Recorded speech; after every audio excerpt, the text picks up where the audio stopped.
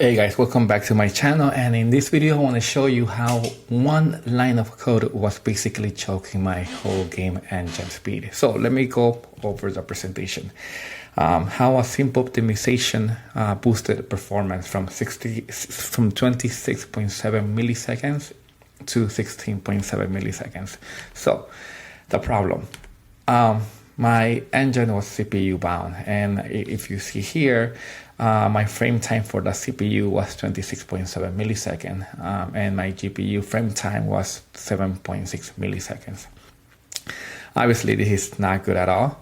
And just for context, right now in this, when I profiled this, I had around 500 models in the scene, and once there were frustum call. I was operating with about 120 models. This was the results that my profile after I did the frustum calling. Something else that I did, or what I also profiled was the metal encoder work. And here the metal encoder showed that, my CPU was taking quite a while to prepare all of that data for the GPU. So my attempt was, a possible solution is, why don't we do some bindless rendering? And basically, traditionally, when we render, every draw call will require binding textures and material properties for every model during every draw call.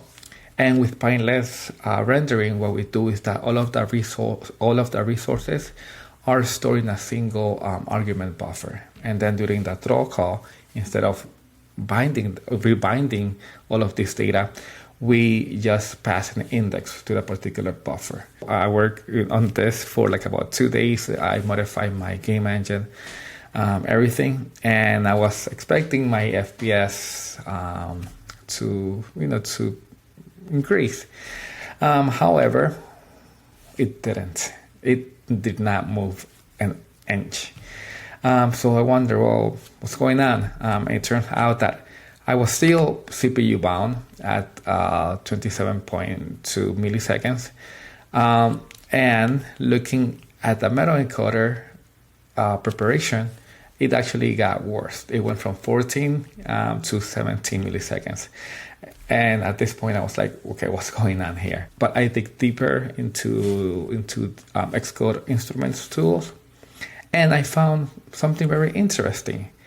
That here in the frustum calling, when I prepare work in the CPU, it was taking 9.46 milliseconds for that work to get, ready. And I'm like, at this point, I'm like, hold on, this is not just me binding data, binding textures. Number one, there's no textures or materials to bind during this stage in the process. And again, debugging this more and more, I realized that the problem was actually when I was querying data, the entities. So basically, I have a function which is called query entities with component IDs, and it does just that. It will query all of the entities with some particular component IDs. Well, that function was calling this function that you see here on the screen. So what was happening was this. My component mask was stored as an array of 64 booleans. Every time I checked an entity that could loop through all 64 slots, it read from the two arrays and branched on each one. Now, with 500 entities, that meant tens of thousands of tiny checks every single frame. No wonder my CPU was choking. And what was the fix? Well, replace the Boolean array with a single 64-bit integer and use bitwise AND.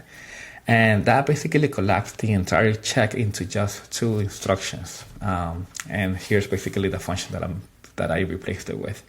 Now, what was the results? Well, when I ran the engine, I was no longer CPU bound. And you can see here how all of a sudden my CPU frame time came down to 60.7 and my GPU to 9.3.